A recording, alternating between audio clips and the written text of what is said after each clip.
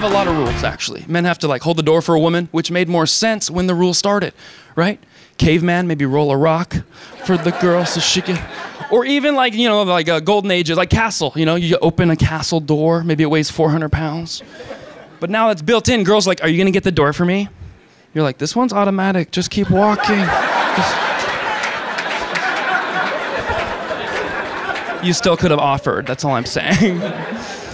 We could all get the door for each other, just push the handicap button. We're going in, we're going in, we're going. Very simple. Very simple. And paying for dinner, that's weird. Men have to pay for dinner. That's the rule. I showed up on a date once. The girl opened the door. First date. She's like, thank God you're here. I have been starving all day. Where are we going? I was like, that's rude. You should not be starving. Yes, I'm going to feed you. It's not my job to nourish you back to health on this date. I don't show up on a first date like, I have been horny all month. This is your problem now, so. Where are you taking me? That would be messed up. And we went to eat and we sat down. She started looking through the whole menu. It got me nervous. I don't like when a girl looks through the whole menu on a first date. First date food is on the first 3 pages of a menu. Starters, we're starting to get to know each other. She's over there on page 8, 9, 10. That's anniversary food over there. We don't have any business.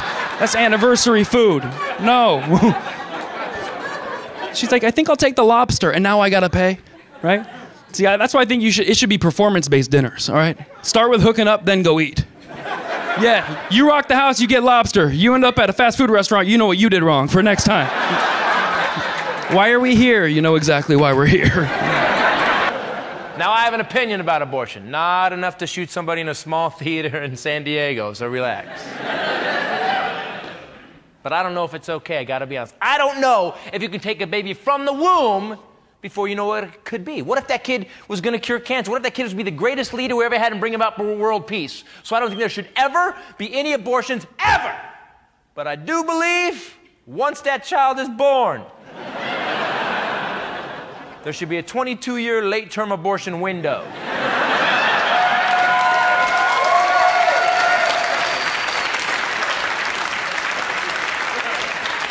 Because I have 2 kids that I love with all my heart. So far. And I say 22 years because you want to make sure the kid can handle his alcohol. Like he's a great kid till his 21st birthday, gets drunk, punches grandma. Oh! Adam! You were this close! We are gonna miss you.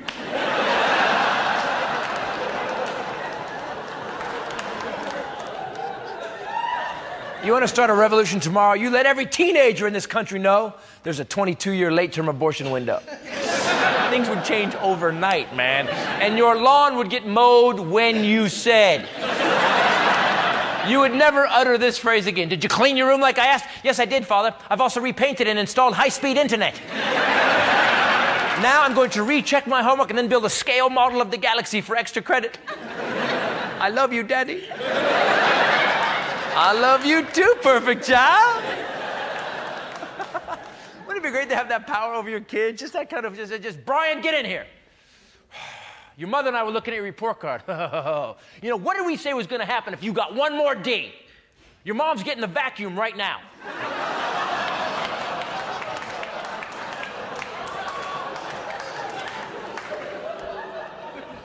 I get it's an odd concept. But you don't know what a baby in the womb could be. But if you got a teenager living at home, been rolling around in his own filth for the last couple years, been fired from 4 different Kentucky Fried Chickens, got a 9 on the GED, you know, don't you? Hey, what happened to your kid? Ah! We late-term aborted him. It's God's will.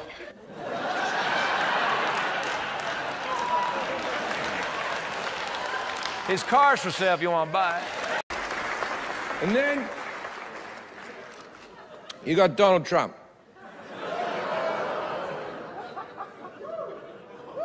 Now, every time I've recorded a special, the other specials I've recorded in America have been in New York, San Francisco, and Boston.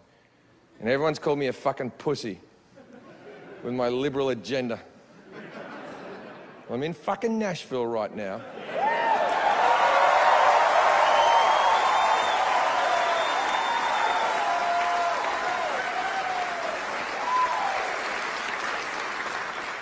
And if you want to shoot me, now's the perfect time. There's 8 cameras on me.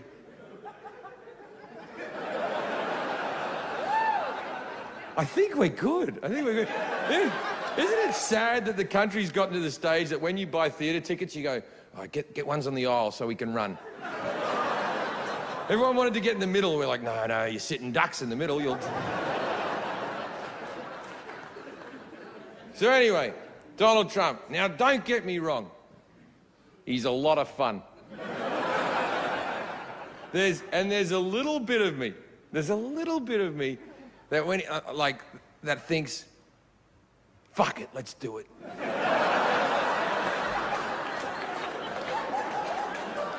Let's do it and see how fucking crazy shit can get.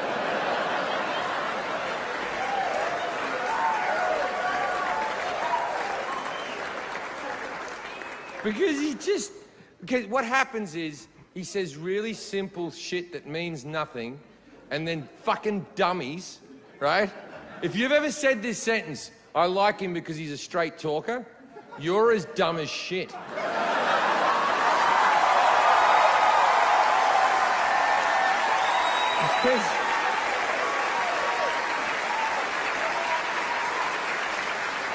Just because someone says something simple that you understand doesn't mean they're a straight talker. You can say complex thing and be telling the truth, but like because he goes, I'm going to make America great again, and you're like, I got every word in that sentence. He's like, I'm going to build a wall. I have a wall at home.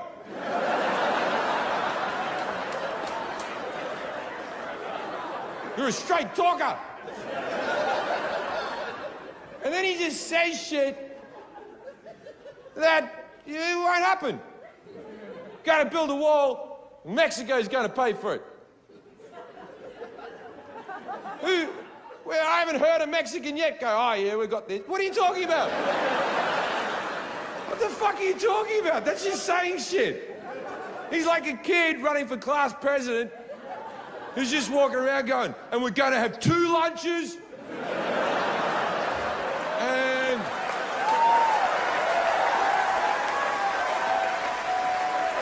there's going to be a soda machine in every classroom. Nashville football rolls.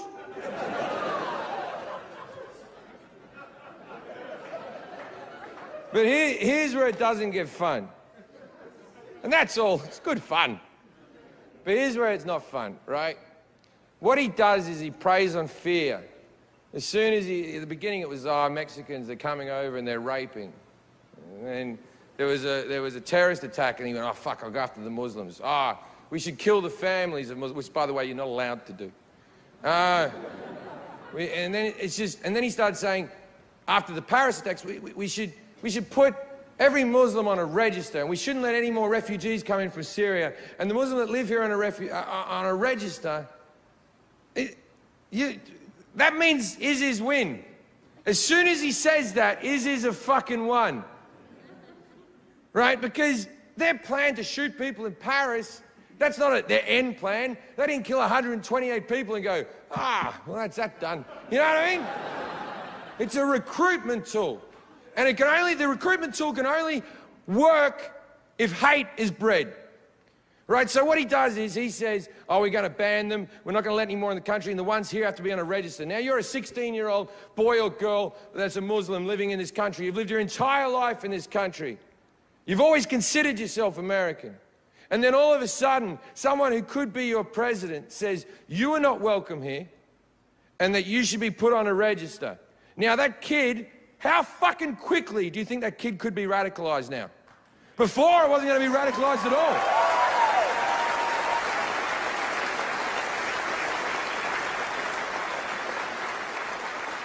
So what he's trying to do is, he's trying to defeat hate with hate. And hate doesn't beat hate. It's never fucking beaten hate. It just makes more hate. Now, this might be the most hippie thing that ever comes out of my mouth. But it's true. The only thing that can beat hate is love. Now, love doesn't always beat hate. No? It doesn't always beat hate, but it does do something, right? Now, think about your own personal life. Think about a person who hates you and you hate them. From now on, just show that person nothing but love. Now, I'm not saying for a second that that person will start loving you. They'll probably still fucking hate you. But one thing will happen. Eventually, everyone will see them as the asshole. Don't be the asshole, America. Don't be the asshole. Let's get back to business. There's a price on it, $500. You performed every little nasty thing he wanted you to do at any given time. No. Yes, ma'am. No. Yes, she did. No, not. Yes, she not. did. Yes, she did. Yes, she did. That's how she got me in the house. You wrote it. That's how she really got me in didn't. there. I That's didn't. how she got me in there. She sucked me into it, I'm telling you. Really? Sucked me into it, I ain't lying. Vicious. It wasn't as often. No, You it must be wasn't. good. Vicious. No. I got a kid in my house that does this. Got a woman in my house that got bad gas. You know, I talk about stuff like that. Worst gas known to man, right here. How did you do this for a whole year? Right How? here. That part doesn't bother me No, as much because she as know. She go in the bathroom with my and turn son. everything on. The shower, the water, the fan, and be sitting talking about. Hey, you can have some time to tell me.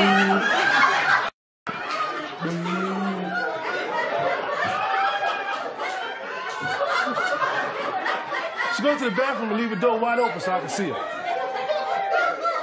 She does that. What made you bring this action against her? I want my money. That ain't no joke. How many? I don't have it. Shoot. How many times did you ask her for the money? How could it be true love when I'm getting yelled at constantly like a child in my People own in house? love, they yell at each other all the time. Oh, but that's That true. don't have Ask him. nothing to He's do been with it. married for how long? Over 20-something years. Over 20. Look at him though. He look mad. You don't look happy, brother. You don't look happy.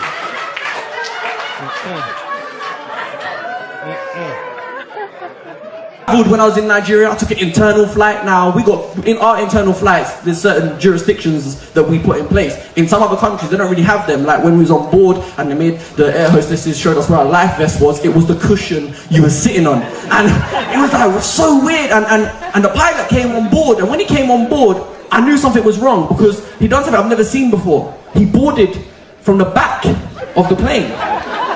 Do you want to know his reason for boarding at the back of the plane? Because you have to walk to the front, and on his walk with his little suitcase, he could let everybody know, I'm your pilot, your life is in my hands, if I crash, you die, if I don't, you live, congratulate me, I studied for this, right? Motherfucker, just do your job, right? Just do your job. And he was flying to Abuja, he went in the cockpit and made an announcement. Ladies and gentlemen, welcome aboard this flight to... Where are we going? Okay, welcome aboard this flight to Abuja. Today we are going to be flying at a height of about 15,000 to 35,000 feet. I haven't decided yet. But please, by all means, make yourselves comfortable. And we'll take off when I'm ready. And we did, like 2 hours late. Like, it was fucking crazy. It was really weird. Really weird. Like, I think it's like 2 hour flight or something. 45 minutes into the flight, it comes back on the tunnel. Ladies and gentlemen, there's a small problem. There's a very small problem. Please do not be alarmed. Do not be alarmed. One of the engines is leaking oil. Everyone on the fucking plane jumped up, started praying. Heavenly Father, Lord Jesus Christ, whatever demon is trying to penetrate this aircraft today, Heavenly Father, I just pray that you return it from where it came from. Go! go. I never been so scared that you fucking join in. Heavenly Father! Miles down the road is the Yalas River. Residents were forced to pay between $250 and $500 to cross, as transportation was restricted to either a heavy-duty vehicle or being lifted across.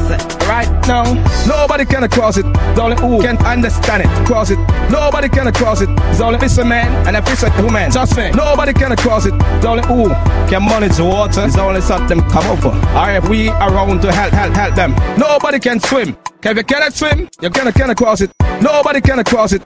If we around to hit them over. Fisherman can cross it, and a fisherwoman cross it. Cannot swim, just me. You're going to Santa Mos.